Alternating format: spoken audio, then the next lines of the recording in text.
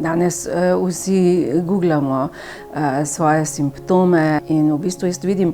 da se mora zdravnik na eni strani soočati s tem, da prihajajo do njega veliko bolj tesnobni pacienti, ki so prihajali preko Googla že do nekih katastrofičnih diagnoz, tako da mora biti danes zdravnik zelo dober psiholog. Zdravnik ni več v vlogi neke klasične avtoritete kot v preteklosti,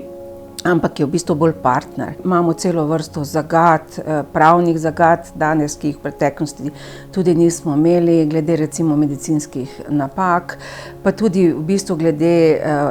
tega, da na nek način da je zdravnik ves čas v nekem primužu potencialne recimo odgovornosti, še posebej v zdravstvih, ki so močno privatizirana, je pacient vse bolj v vlogi nekega potrošnika, s katerim je spet zelo drugačen odnos. Hkrati seveda mora pa zdravnik se soočati na nov način s svojo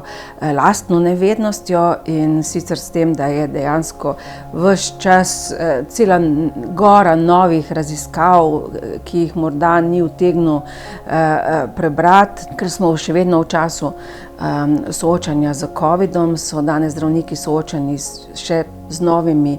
zagatami, namreč soočamo se z potencialno ponovitvijo ali pa drugimi pandemijami, kjer lahko da bo prišlo do izrazitega pomanjkanja sredstev ali pa kadra, tako da tukaj se pojavljajo zelo težki problemi triaže. Zelo pomembno je, da se zdravniki vse bolj zavedajo recimo pomena tudi vnaprej izražene volje, to, da ljudje, ko so še zdravi, nekako polnomočeni, so informirani, da lahko se izrazijo, katere posege želijo imeti recimo na koncu življenja in katere recimo ne. Postavljajo se tudi etična pomembna vprašanja povezana z pravico do dostojne smrti. In ob vseh teh vprašanjih je najpomembnejše, da prihaja do nekega interdisciplinarnega sodelovanja med zdravniki, filozofi, antropologi, pravniki, psihologi, in da skratka medicina in te druge znanosti pridejo skupaj in skupaj razmišljajo o tem, katere bi bile ključne poti razvoja v prihodnosti.